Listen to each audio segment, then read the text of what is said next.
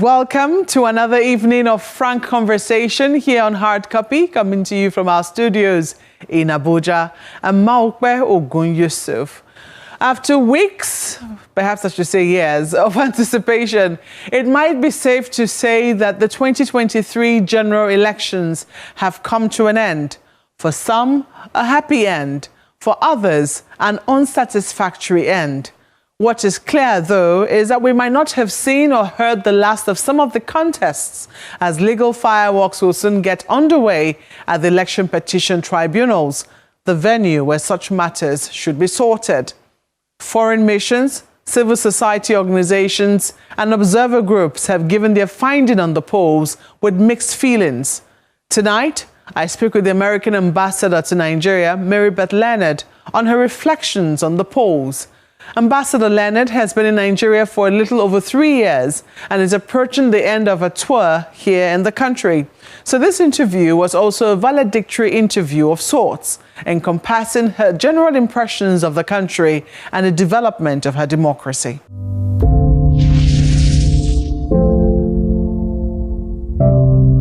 Ambassador Mary Beth Leonard, thank you so much for speaking with us. Thank you for having me. You've been in Nigeria now for over 3 years. What would you say was interesting for you? What did you expect to find different when you came in? So, you know, it's interesting.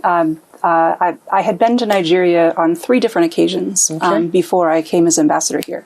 The first time was a million years ago when I was a first tour officer in neighboring Cameroon. I came to Nigeria for commercial training. And I always tell people I sort of felt like a country bumpkin in the big city. I mean, it was like, wow, this place is so cosmopolitan and busy. You were in Lagos? I was in Lagos, yeah. That was then the U.S. ambassador's residence, of course. I went to a reception there. It was the first time I ever went to a reception in an ambassador's residence. I was terrified. And then so I went back and continued on my tour. And fast forward to 2011, I was director for West African Affairs. And so I came out at the time when Terry McAuley was ambassador here just before the elections. And then Abuja, I remember looking at Abuja, which then was still, you know, a very new city and not terribly lively. Is it lively now? Yeah, I think it's much more lively now. Oh, yes, certainly. And so that was kind of the Abuja view that I had. And then I came back when I was ambassador to the African Union to Lagos for a conference on the African Continental Free Trade Area. And it's just a reminder, as was my work in the AU, of the centrality of Nigeria to the big decisions that affect the continent. So when I was back for that, conference, I actually went to a reception at what is now the CG's residence, of course, with the American Business Chamber. And at the point where the CG was making formal remarks, I was called out onto the patio for a telephone call. So he tried to say, oh, and there's Ambassador Mary Beth Leonard. Oh, she's not here. And I was outside taking a phone call from the director of personnel at the State Department asking me if I would agree to be put forward as the nominee for ambassador to Nigeria. So I was like, oh, this is a rather full circle moment. But I think, so I came back and saw how much Abuja has grown, and indeed Nigeria has grown. There's a lot of great accomplishments in the last 20 years, in particular 23 years. But what stays the same is that Nigerians are still like these warm and welcoming and engaging and disputative and lovely people. Thank you for the warm compliment. And I'm sure, you know, with it as Nigeria has grown, so has Nigeria-US relationship. Yeah. It's certainly changing focus now, or maybe not. I don't. You tell us. But in what ways would you say that our relationship, that's US-Nigeria relations, have improved? So, you know, 6 decades of partnership, but really an awful lot of successes, but always areas to improve, right? So you know that we're a big contributor on HIV/AIDS through the President's Program for AIDS Relief. Spent billions of dollars. We're on the verge of epidemic control. Got 1.7 million people on treatment. Now you have to find the last few, and that's harder. So how do you strategize to do that so that you get to the finish line? And similarly, you know, we were engaged in a very big way on COVID, spending over over $140 million, supporting not only the early days of testing and strategizing, but through the support for handing out 100 million vaccinations to Nigerians. So now the question is, how do we take what we've learned and the investments that we've made through HIV and COVID and integrate that more reliably into the broader health system to make it more effective? I think that's a big task ahead of us. And you can go through all of our various programs and see the sort of next steps. So we gave $350 million in humanitarian assistance, primarily in the Northeast and Northwest last year. And that's great. I mean, it went for food, for shelter, for water and sanitation activities. But in the longer term, how do we transform that into a more sustainable solution for people? How does that move from an emergency response to something more durable, I guess is the word you might use. If you're talking about, cultural preservation, we just brought back from the Smithsonian and a couple of other institutions, 29 Benin bronzes. So great, they're here. And then what shall we do with them? What shall Nigeria do with them? Working to figure out not only just basic elements of curating, but, how do we bring this cultural heritage, use it in a way so that museums and artists and people feed off each other and learn about a really deep and wonderful cultural heritage. It's a very exciting thought. Students, our student visas issuances were up 12% last year, despite all the, perturbations in our consular services as a hangover from COVID-19. Nigerians are about a third of all African students who go to the United States. They're the 10th largest foreign student group in the U.S. But moving forward, how do we get those visa wait times down? That's something that we need to improve on and that we're working hard on. Security cooperation. Great. We have a robust relationship on everything from doctrine to things like the sale of Super Tucanos, which the Nigerian military has been using very effectively. What's next? How do you use those tools to reinforce effectiveness and make sure that you're keeping civilians and your citizens from harm in the process? At the African Leaders Summit, Nigeria signed on to the Artemis Accords. And so how do we together, how does the world promote civilian cooperation in space? Climate crisis. I think we can perhaps link climate to some of the recent flooding in Nigeria, for which we gave some emergency financial assistance. But going forward, how do you balance climate concerns with economic development goals of Nigeria on issues like access to power? So I think that there's a lot going on. We're always trying to do better, and my work in improving that is over, but I'm going to be watching from the sidelines with interest to see how it keeps going. Well, so many areas that you've pointed to in terms of how Nigeria-U.S. relationship, I mean, so many frontiers, to pursue, and so many frontiers upon which we can improve and cooperate, more or less. You just mentioned Nigerian students abroad. The fact that Nigerian students make a third of U.S. foreign students population. While that is something that is to be celebrated, Nigeria also has like a growing, I don't know if you've heard the word Japa crisis, that's going on. And I don't know how you see that, whether it's contributing to your economy or maybe the dissolution of what is going on in the country as a result of the presidential elections, even before that time. How would you say that Nigeria and maybe the U.S. can address this? I mean, so, in my work, in my world at the U.S. mission, it's all about making connections between Nigerians and Americans. And a lot of those connections happen sort of irregardless of venue. And we do a lot of work trying to bring communities together, like having the creative industries work with the U.S. creative industries and studying film production and techniques, or, ties between the U.S. and Nigerian music industries, making business linkages. And I think that, the fact that there are people outside of Nigeria as well, is a blessing and a curse, if you will. But I think it's also wonderful. The Nigerian immigrant population, diaspora population, is among the most polished and educated among immigrants in the United States. And I think I've heard several of the candidates talk about the attractiveness of speaking to those people and seeing what roles that they can play.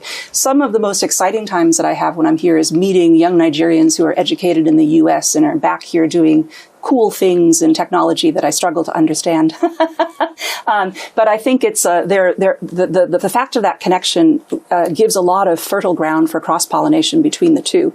And I think the smart money is on trying to figure out how that can be done to the advantage of Nigerians here at home. Well, let's go to it now. The U.S., the general elections, the Nigerian elections. You have come at a time, or you're leaving at a time when you also witnessed elections that have been described as the most consequential for Nigeria. You've also described them in those terms. Right. Why do you think they're the most consequential? Well, I think you have to look at the where we live in 2023 in West Africa, right? So first of all, it's really consequential because just Nigeria is really consequential as the largest population and the largest economy. But you look at a West Africa that has coups and people hanging around for a third term, and those here, those standards of the democratic rules of the road are just part of the furniture. Everybody takes it for granted. People leave at the end of their terms. That's really, even despite all the frustrations and hurt hearts, if you will, of the last a couple of weeks with the elections. That really is something to be proud of as a beacon of hope in a larger continental sense.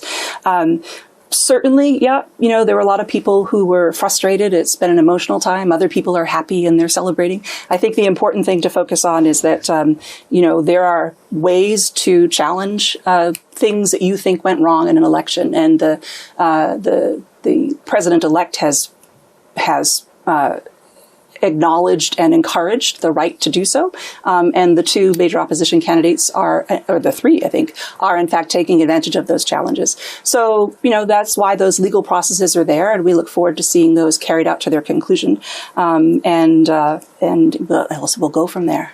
Well, you encourage Nigerians, because you wrote an op-ed on this. You talked about the elections of February the 25th, and you asked Nigerians not to let the elections divide them even further. And a lot of people were hoping that there will be changes in the governorship elections. I don't know if you also paid a closer attention to what was happening in the governorship and if there are areas where you thought there were improvements over the presidential elections. So we're still, as everybody, kind of digesting the state elections over the week. I would say that from the perspective of process, it does seem that there were some improvements, that results are being uploaded, more stations, the polling units opened on time. And so that's a good thing, that the promise that was a little robbed of the first of the benefits of those technologies seemed to work better on the second time. So this is a good thing. That shows you that there were some lessons learned and applied. And that's all one can hope after a period of disappointment. I think, too, clearly there have been some disturbing reports about voter intimidation, vote buying, and particularly in areas that were highly contested. My impression is that people think that the turnout of voters was low, even lower than the general elections, which was pretty low. And that's disappointing. If you don't vote, you don't have your voice. If you don't participate, we talk a lot, we speak a lot here about inclusion and diversity, getting more women voting, making sure that you're accommodating the needs of people with disabilities so that they can vote. And really, it would be, I think, a lot of thought needs to be taken going forward about why more people didn't want to vote, what prevented them, and draw some lessons from that going forward. It should be something that every citizen rejoices in their ability to exercise their voice.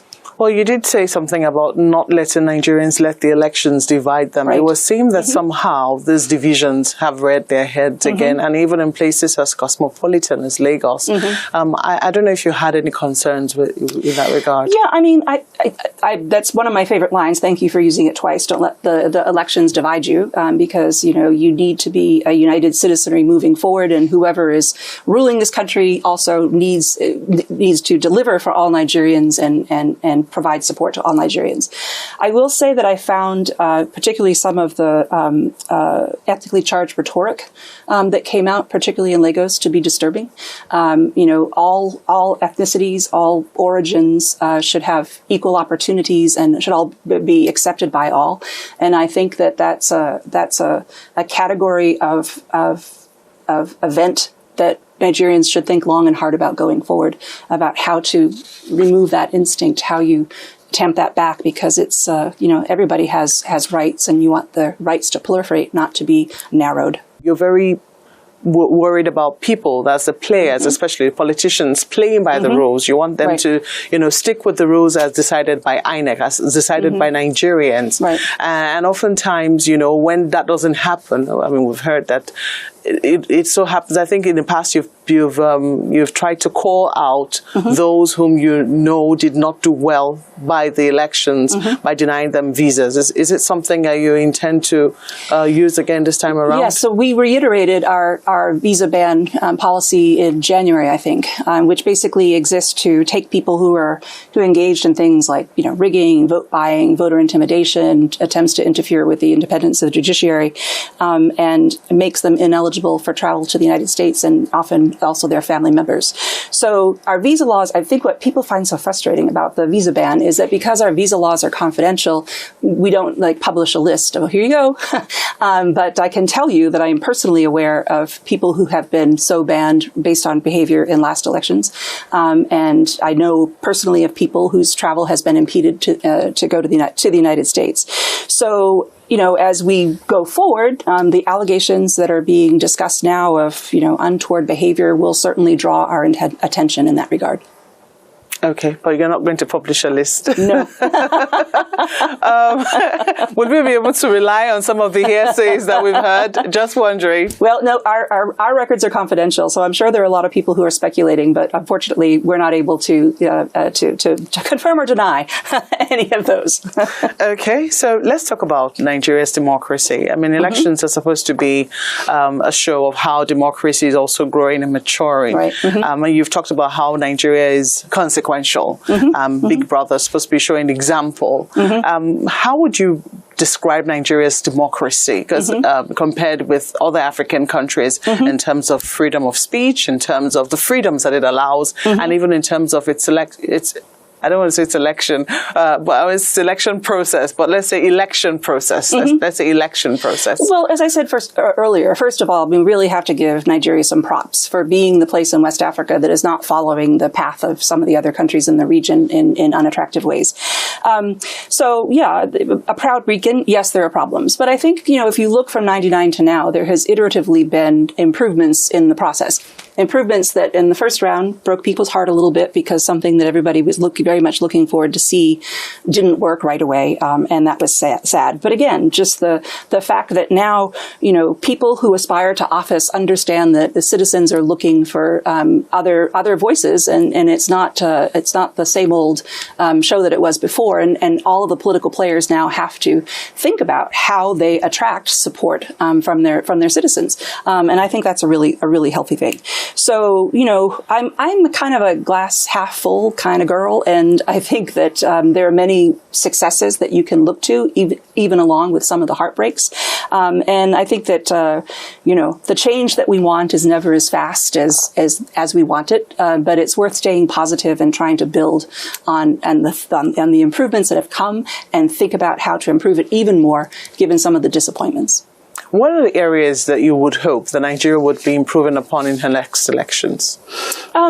So I think that already the fact that the technology fixed itself in the second round, or the technology got fixed and worked in the second round, is good, because I think people were really relying on that. I think that it's perhaps less of a technical issue, but maybe more an issue of milieu, if you will. I mean, the vote buying is not an attractive thing, and I think that there are many parties that were guilty of that.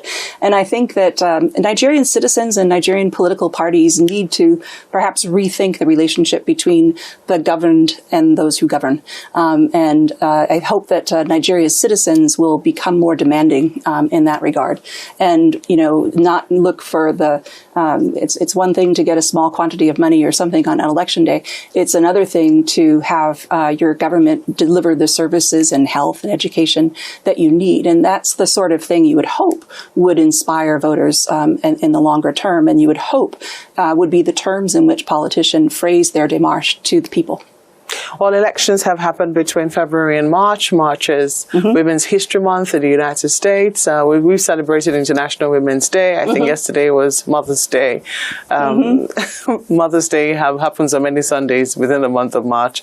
And we've only seen, so far so good, yes, women vote in the elections, but in terms of political participation as well, imagine as candidates, the figures have been disappointing. Yes, only 3 senators declared so far for Nigeria's National Assembly. Maybe figure a little better in the House of Representatives.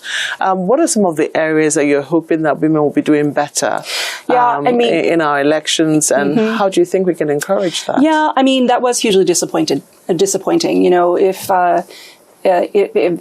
women don't vote, if women don't present themselves as candidates, then they lose their voice and they lose the ability to be a part of the conversation about where this country should go. So, you know, you throw away with not throwing away your vote, you're throwing away your capacity to influence the people who are coming. I was happy to see that finally there was a woman running for governor. I haven't heard the outcome of that race yet, but it is fairly astounding that there has never been a woman governor anywhere in Nigeria. So, you know, we're going to have to keep supporting, I think, the civil society organizations and prodding electoral organizers and the government of Nigeria to think long and hard about how to enhance women's participation. It's something that the women ambassadors here feel very strongly. And in fact, we just had about a month ago the second iteration of an International Women's Day Gala, in which this year it was US, UK, EU, France, Germany, Democratic Republic of Congo, and Australia, who supported the Gala Awards to recognize examples of women in leadership. Sometimes in a political sense, sometimes in another sense. But I think in terms of finding voice and fostering participation, it's useful for people to see role models of women who have succeeded. And that was very much what we were trying to do with that event. So we hope that these seeds and others will bear fruit, because there is a startlingly disappointing level of political participation by women in this country.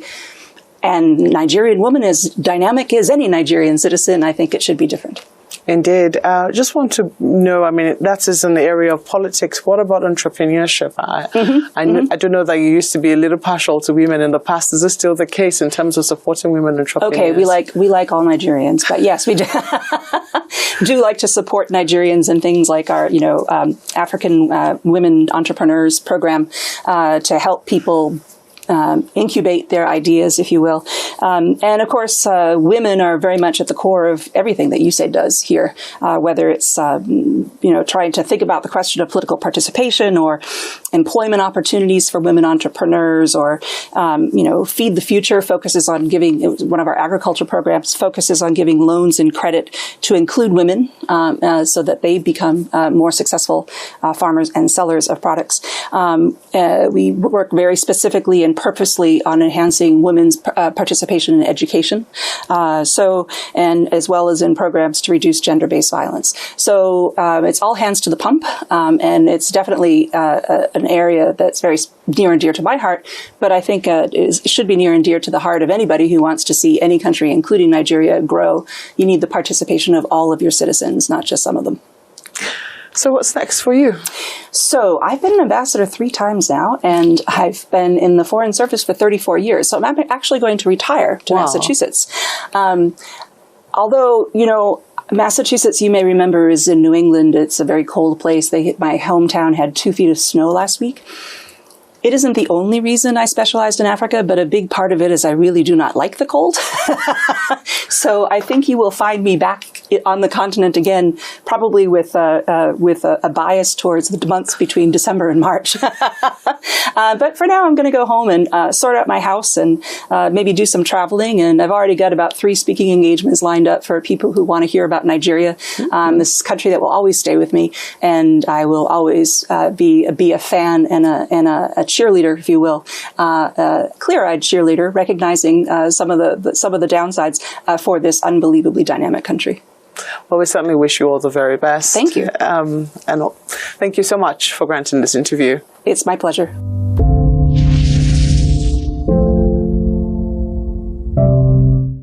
Indeed, we wish the ambassador well in her future endeavors. That's the program tonight. feedback is welcome to the handle showing on your screen. Thank you for watching. I'm Maokpe Ogun Yusuf. Good night.